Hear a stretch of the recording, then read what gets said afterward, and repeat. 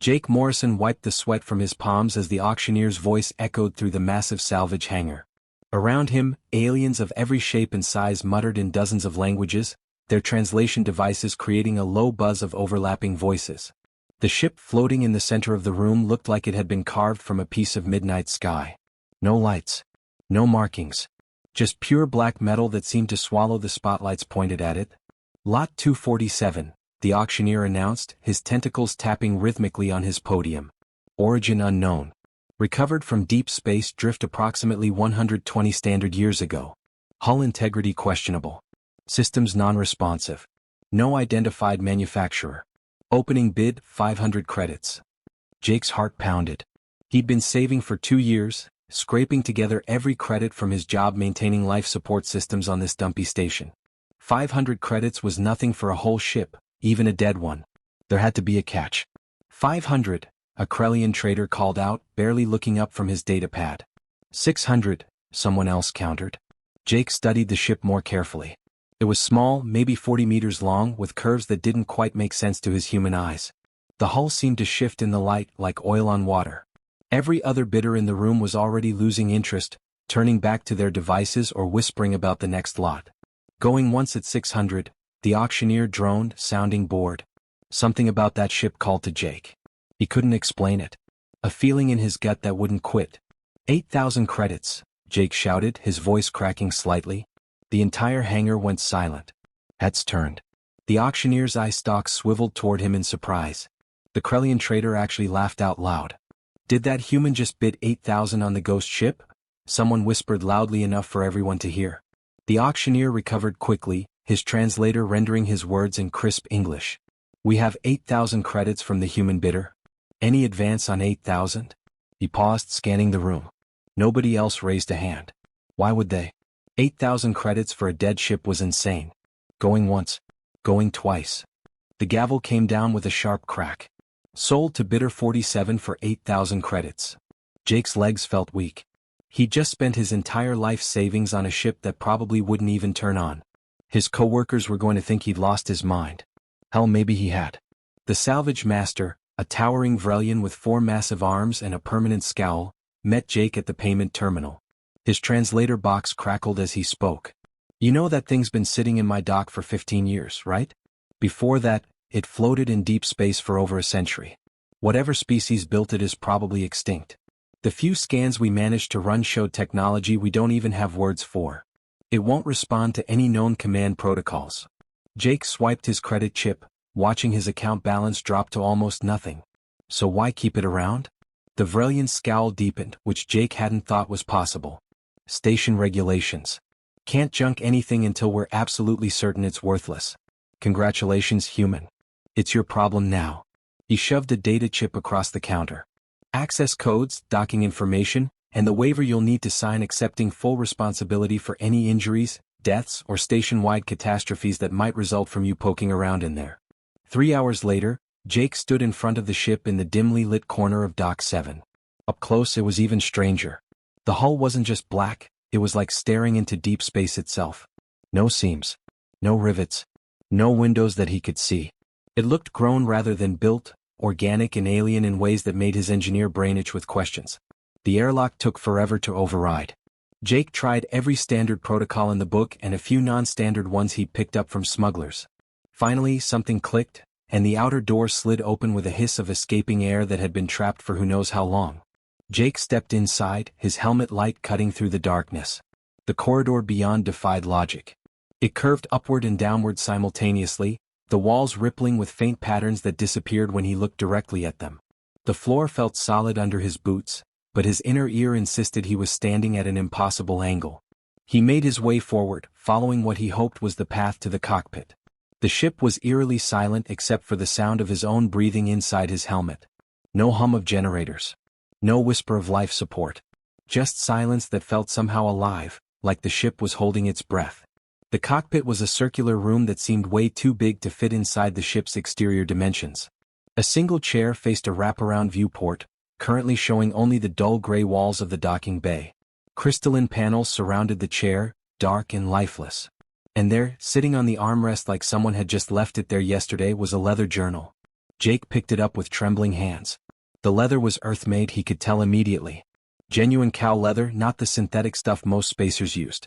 He opened it to the first page and his blood ran cold. The handwriting was unmistakably human. Neat, careful letters written in actual ink. Day 1. They told me humans weren't ready for this technology. They said we were too young, too reckless, too unpredictable. I'm going to prove every single one of them wrong. Captain Rachel Hayes, March 15, 2283. Jake knew that name. Every human in space knew that name. Rachel Hayes was a legend, one of the first deep space explorers, the woman who'd pushed further into unknown territory than anyone before her. She'd vanished on what was supposed to be a routine mapping mission. No distress signal. No debris. Just gone. That was 120 years ago. And this was her ship.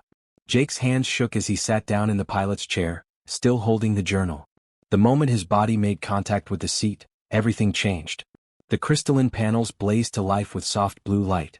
The viewport cleared, showing not just the docking bay but overlays of data in languages he'd never seen.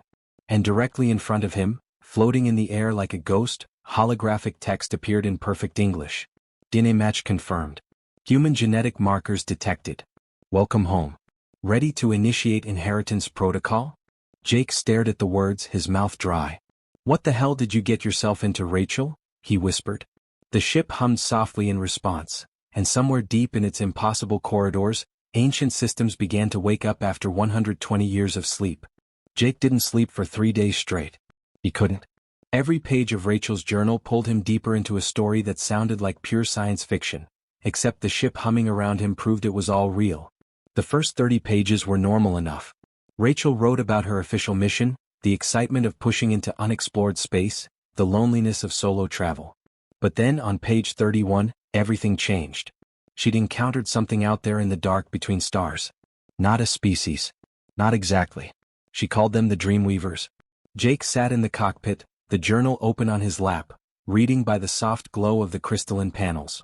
Rachel's handwriting got messier as the entries progressed, like she was rushing to get the words down before she forgot them. They don't exist the way we exist, she'd written. The Dreamweavers live outside normal space in what they call the gaps between thoughts. Imagine beings made of pure consciousness, floating in quantum foam, observing the universe without ever touching it. They've been watching us, studying humanity for thousands of years. And Jake, they're fascinated by us in a way that's almost scary. Jake flipped the page, his heart racing. Every other species they've encountered looks at reality and accepts it. They see the laws of physics and work within them. They see their limitations and live with them. But humans? We're different. We see something impossible and our first instinct is to figure out how to do it anyway. We looked at the sky and said we'd fly. We looked at the stars and said we'd reach them. We looked at diseases that killed millions and said no, we'll cure them. The Dreamweavers have a word for us. They call us the stubborn ones. Jake couldn't help but smile at that. Yeah, that sounded about right. The next entries detailed first contact. The Dreamweavers had approached Rachel with an offer. They'd give her a ship, grown from their own technology, capable of things that made Earth's best engines look like steam power. In return, she'd explore the regions beyond known space and report back what she found. No strings attached. Just pure curiosity on their part. Rachel had accepted immediately. Too immediately, Jake thought. She hadn't told Earth Command. Hadn't filed reports. She'd just taken the ship and disappeared into the black, chasing whatever mystery the Dreamweavers wanted her to investigate. But around page 70, the tone of the journal shifted completely. Jake felt his stomach tighten as he read. I found them 3 weeks ago. The Dreamweavers call them the Fate. I don't have better words for what I'm seeing. Imagine places where reality just stops. Not destroyed. Not transformed. Just absent. Like someone took an eraser to the universe and rubbed out sections of it. And these zones are spreading. Jake looked up from the journal, staring at the viewport. The ship's systems had been feeding him data for days now, teaching him how to read the strange displays. He'd thought they were malfunctioning at first, showing errors at the edges of known space. But they weren't errors. They were accurate readings of nothing where something should be. He kept reading, unable to stop even though part of him wanted to throw the journal across the room and pretend he'd never found it. The Dreamweavers have been fighting the Fate for 10 million years. 10 million. I can barely wrap my head around that number. They've tried everything they can think of. Weapons that can collapse stars. Defensive barriers spanning entire galaxies. Nothing works. The fade just keeps spreading slowly but steadily, consuming reality itself.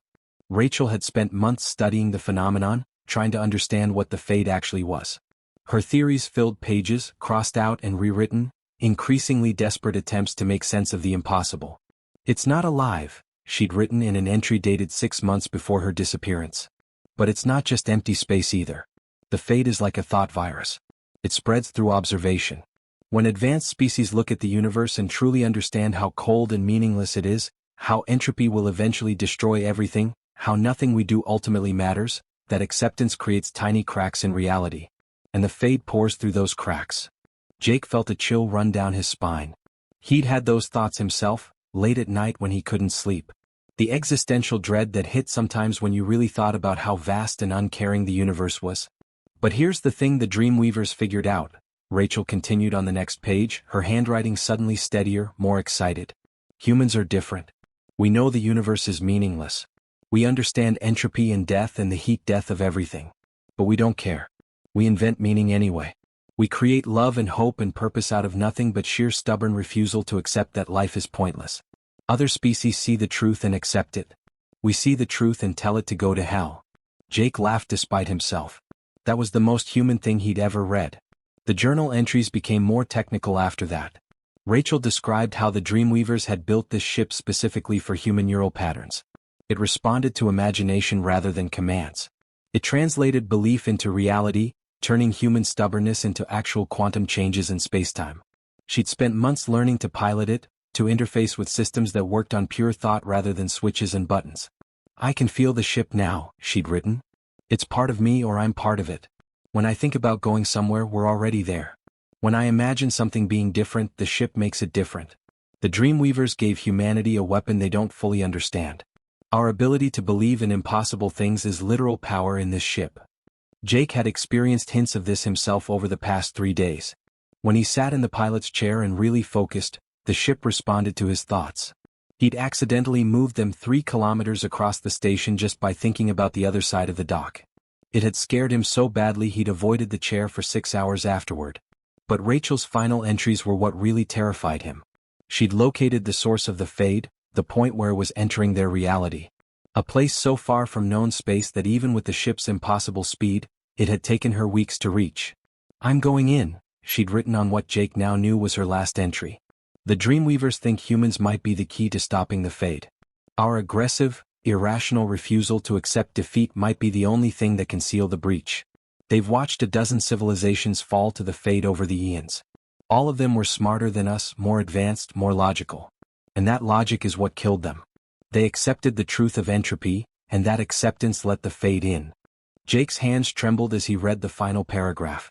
"If you're reading this, I probably failed. But the ship will find another human. It's coded to respond only to our DNA, our neural patterns. Whoever you are, you need to finish this. The coordinates are locked into the navigation system. The fade is spreading faster now and it's heading toward inhabited space. You have maybe 4 months before it reaches the outer colonies. Don't give up. That's what feeds it. Our hope, our stubborn stupid hope, that's the weapon. Use it." Jake closed the journal and sat in silence for a long time. He'd gone to the station authority yesterday, trying to report what he'd found. They'd laughed at him. Called it salvage madness, a known psychological condition that affected people who spent too long alone with weird alien tech. He tried Earth Command next. The bureaucrat there had been polite but dismissive. "We'll look into it," he'd said, which Jake knew meant they'd file it away and forget about it. Nobody was going to believe him. He had no proof except a journal and a ship that looked dead to everyone but him. And meanwhile the fade was spreading. Jake had watched the ship's displays, seen the dark zones growing larger every day. Rachel had been right about the timeline. 4 months, maybe less, before it hit populated systems. He opened the journal again, staring at Rachel's final words. The ship hummed softly around him, waiting. The crystalline panels pulsed with that soft blue light, ready to respond to his thoughts. Jake made his decision. He placed his hands on the control surfaces, feeling them warm under his touch. The navigation display lit up, showing a point so far away it made his head hurt to look at. "All right, Rachel," he whispered. "Let's finish what you started." The ship understood. Reality folded around him like paper, and in a flash of light that shouldn't have been possible, Jake and the ship vanished from the station, heading into darkness to face the end of everything. The journey took no time at all, which was the part that messed with Jake's head the most. One moment he was sitting in the station dock, the next he was 2 million light-years away in absolute darkness. His stomach hadn't even had time to lurch before it was over. But when the viewport cleared and Jake saw what was waiting for him, he wished the trip had taken longer. A lot longer. Maybe forever. Nothing. That was the only word for it. Pure, absolute nothing stretched in every direction. No stars. No distant galaxies. No background glow of cosmic radiation. Just darkness so complete it felt like going blind. Jake's brain kept insisting there had to be something out there, anything, but the ship's sensors confirmed what his eyes were telling him. This region of space was empty in a way that shouldn't be possible. And at the center of it all was the tear. Jake couldn't look at it directly. His eyes kept sliding off it like his brain refused to process what it was seeing. The ship's displays showed it more clearly, a rip in space itself, maybe a kilometer across, pulsing with something that definitely wasn't light. It hurt to perceive, made his head pound and his thoughts scatter. Okay, Jake said to himself, his voice sounding way too loud in the silent cockpit. This is officially the worst idea I've ever had. The ship chimed softly, and a proximity alert appeared on the display. Something was nearby. Jake's heart jumped until he realized what it was. An emergency pod, ancient and battered, still broadcasting a weak signal after 120 years. Rachel's pod. Jake brought the ship alongside it carefully, his thoughts guiding the controls more smoothly now after days of practice. The pod was designed for short-term survival only, maybe 2 weeks max. Rachel couldn't have lived in there for long. But her recordings would still be intact, preserved in the pod's black box system. He accessed the logs remotely and Rachel's voice filled the cockpit. She sounded tired but steady. Determined. This is Captain Rachel Hayes, final entry. Day 7 of observation. Static crackled through her words. I've been watching the tear for a week now and I think I finally understand what I'm looking at. The fate isn't an invasion. It's not some alien species trying to destroy us. It's a leak. Jake leaned forward, hanging on every word. There's another universe on the other side of that tear. A universe where consciousness never evolved. Where thought never happened. Where nothing has ever meant anything to anyone because there's no one there to give it meaning.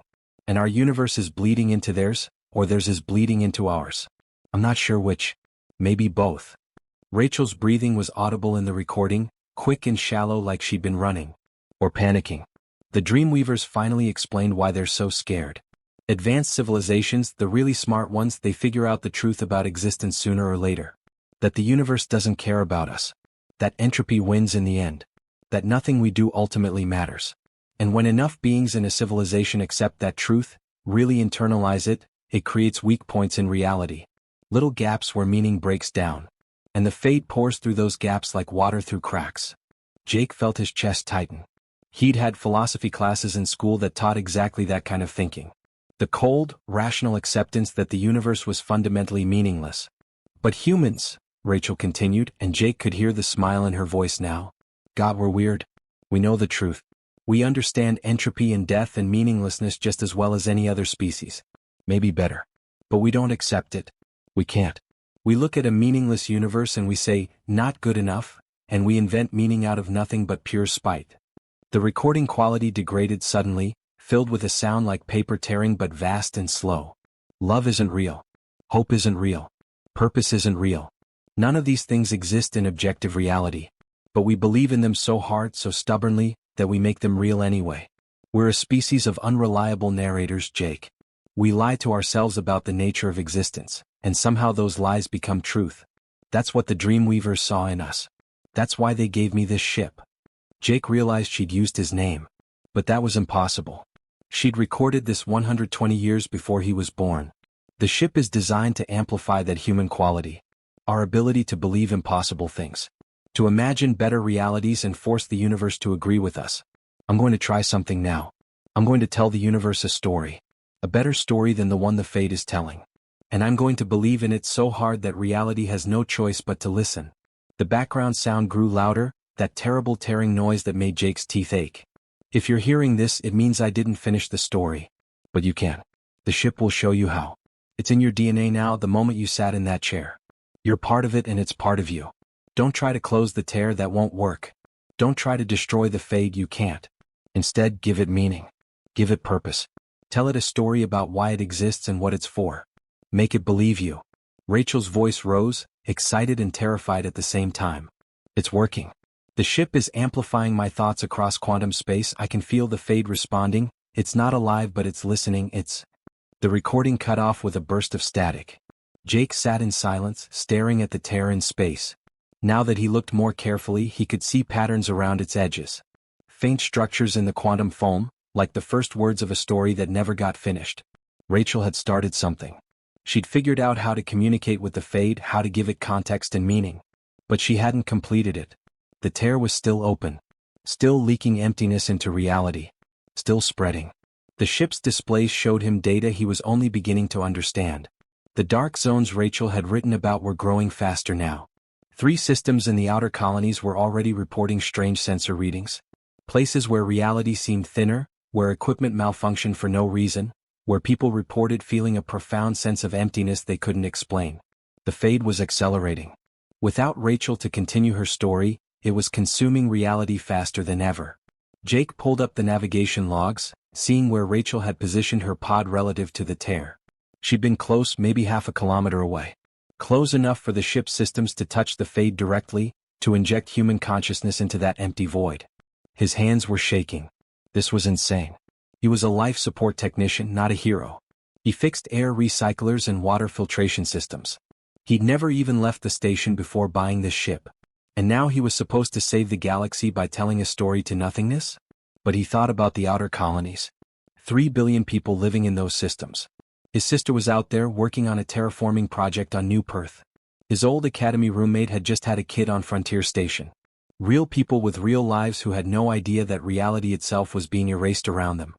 Jake took a deep breath and placed his hands on the crystalline controls. They warmed immediately, responding to his touch, to his thoughts. The ship hummed with anticipation, like it had been waiting 120 years for this exact moment. "All right," he said, his voice steadier than he felt. "Let's tell a story." He closed his eyes and let his consciousness merge fully with the ship. It was easier this time, like slipping into warm water.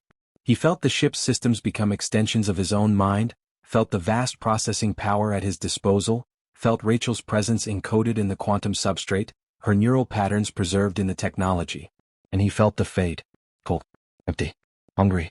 Not with malice but with the simple absence of anything else. It didn't want to consume reality. It just was, and reality was in its way. Jake opened his eyes and guided the ship forward toward the tear. The viewport showed the rip growing larger, filling his vision with that painful non-light. "Time to finish what Rachel started," he whispered. The ship crossed the threshold and Jake's consciousness touched the edge of nothing itself. Every instinct screamed at him to pull back, to run, to escape. But he held steady, remembering Rachel's words. "Don't give up. That's what feeds it. Our hope is the weapon." Jake began to imagine. To believe. To tell the universe a story it couldn't ignore. And deep in the quantum foam, the Fade stirred, responding to human stubbornness for the second time in 120 years. Jake's first instinct was to imagine the tear sealed shut. Just gone. Fixed. Problem solved. The universe laughed at him. Well, not literally, but that's what it felt like. The moment Jake tried to force that thought into reality, the tear pulsed wider, growing by several meters in an instant. Pain shot through his skull like someone had driven an ice pick into his brain. The ship's alarms screamed, and the crystalline controls burned hot under his palms. "Okay, bad approach," Jake gasped, pulling back his consciousness. Note to self, don't try to delete cosmic wounds by thinking really hard. The ship stabilized around him, the alarms fading. But Jake had felt something in that moment of contact. The Fade had noticed him. Not with anger or curiosity, just simple awareness. Like a sleeping giant cracking open one eye. And the more Jake observed it, studied it, tried to understand it, the more solid it became. His attention was feeding it somehow, making it more real. That's when Jake understood what Rachel had figured out. You couldn't fight the Fade. Fighting meant acknowledging it as an enemy, giving it definition, making it into something concrete that could push back. The Fade didn't want to be something. It wanted to be nothing. And every species that had tried to destroy it had just made it stronger by treating it as a threat to be eliminated. Jake needed a completely different approach. Instead of fighting the emptiness, he needed to give it a reason to exist. A purpose. A story. He closed his eyes again, this time letting his mind drift rather than focusing hard. He thought about his grandmother back on Earth, the stories she used to tell him before bed when he was a kid. Not exciting stories with heroes and villains, but quiet ones about why things were the way they were. Why the sky was blue. Why birds sang in the morning. Why winter had to come before spring. Stories that gave meaning to things that just were. Jake let that feeling flow through him and into the ship. The crystalline controls stopped burning and started humming instead, a low vibration that resonated in his bones. He could feel the ship amplifying his thoughts, spreading them across quantum space like ripples in a pond. He began his story. Not with words exactly. More like feelings and images and convictions pushed directly into the fabric of reality. Darkness isn't evil, he thought. Darkness isn't the enemy. Every human kid is scared of the dark at first, but then they learn. The dark is just the absence of light, and that absence is necessary. You can't see the stars without darkness. Can't appreciate warmth without cold. Can't understand joy without sadness. The tear rippled. Not growing this time, just responding. Listening. Jake pressed forward, feeling Rachel's presence in the ship's systems now, her neural patterns guiding him, showing him how to shape his thoughts into quantum changes. The fade isn't invading our universe, Jake projected. It's always been here. In the gaps between atoms where nothing exists. In the pause between heartbeats. In the split second of silence before someone speaks. Every moment of emptiness that gives meaning to the moments of fullness. The fade isn't the opposite of existence. It's the canvas that existence is painted on. The ship's power system surged, drawing on reserves Jake didn't know existed. The viewport blazed with impossible colors as the vessel translated his human stubbornness into actual changes in spacetime. He could feel the strain now, like trying to arm wrestle reality itself. His nose started bleeding, warm drops hitting his shirt. But he couldn't stop. Not now. You want to exist? Jake asked the fade directly, throwing the question into the void. Then exist like this. Be the question that makes us search for answers. Be the darkness that makes us build lights. Be the emptiness that makes us fill things with meaning. Every human achievement starts with staring into nothing and deciding that nothing isn't good enough. The tear was changing. Jake could see it even through his closed eyelids, could feel it through the ship's sensors. The edges were stabilizing, the chaotic pulsing becoming more rhythmic. The fade was listening. Really listening. Jake thought about his sister on New Perth, working to transform a dead rock into a living world. That's what humans did. They looked at lifeless planets and saw gardens. They looked at impossible distances and built ships. They looked at diseases and invented cures.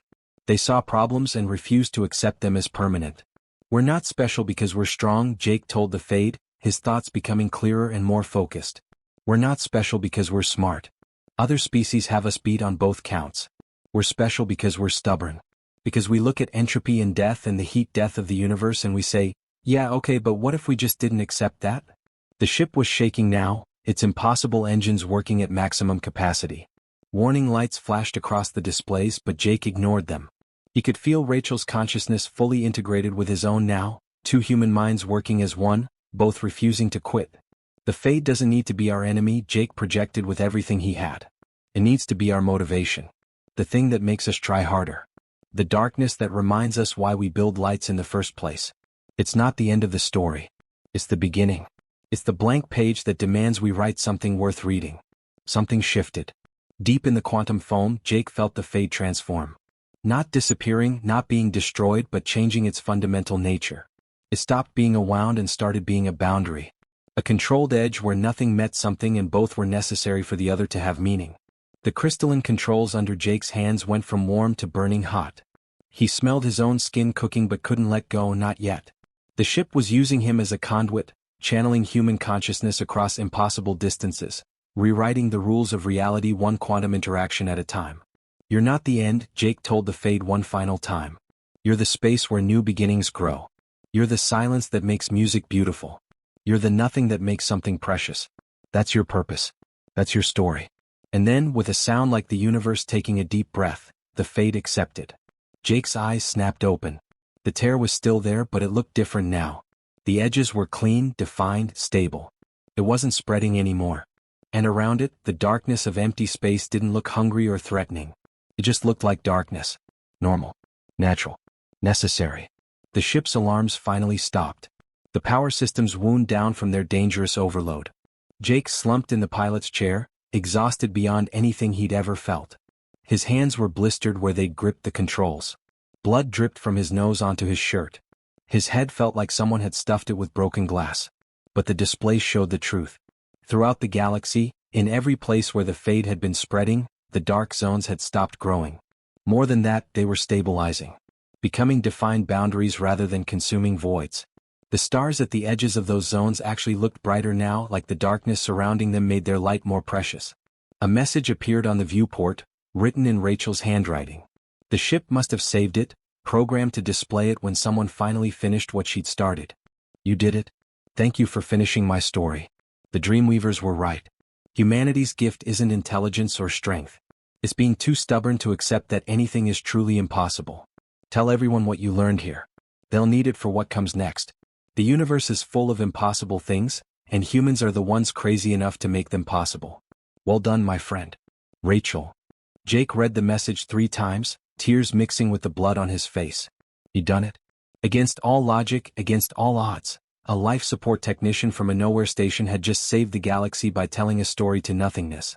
And somehow, impossibly, the universe had listened. The journey back to civilization took 3 months. Not because the ship couldn't make the trip instantly, but because it was nearly dead. Jake had pushed it beyond its limits out there at the tear, and now the crystalline systems that made impossible things possible needed time to regenerate.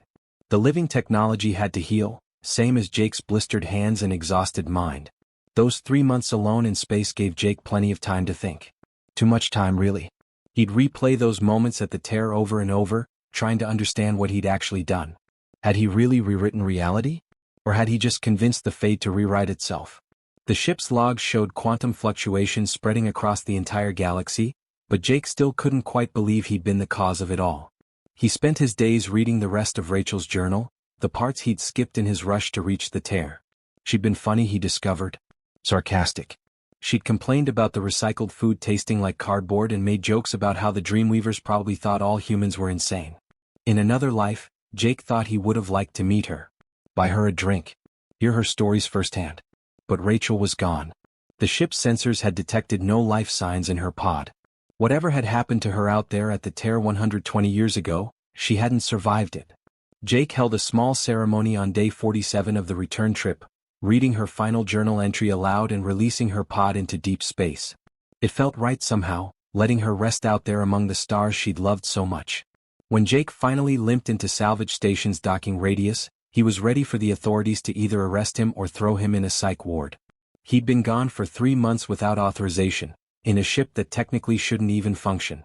They'd probably impound the vessel, lock him up, and spend years arguing about what to do with him. Instead, the salvage master was waiting at the airlock with all 4 of his massive arms trembling with what Jake had learned was Vrelian excitement. You. The alien's translator box could barely keep up with the rapid-fire speech. What did you do out there? The Dreamweaver Observatory Network went crazy 3 months ago. Every deep space sensor in the galaxy registered massive quantum fluctuations. And the dark zones, the dead spaces that have been growing for decades, they all stopped spreading at exactly the same moment. Jake stepped off the ship, his legs shaky from months in zero gravity. I told the universe a story it couldn't ignore. The salvage master's eye stalks swiveled in confusion. What does that even mean? It means humans are really good at being stubborn, Jake said with a tired smile. Word spread fast.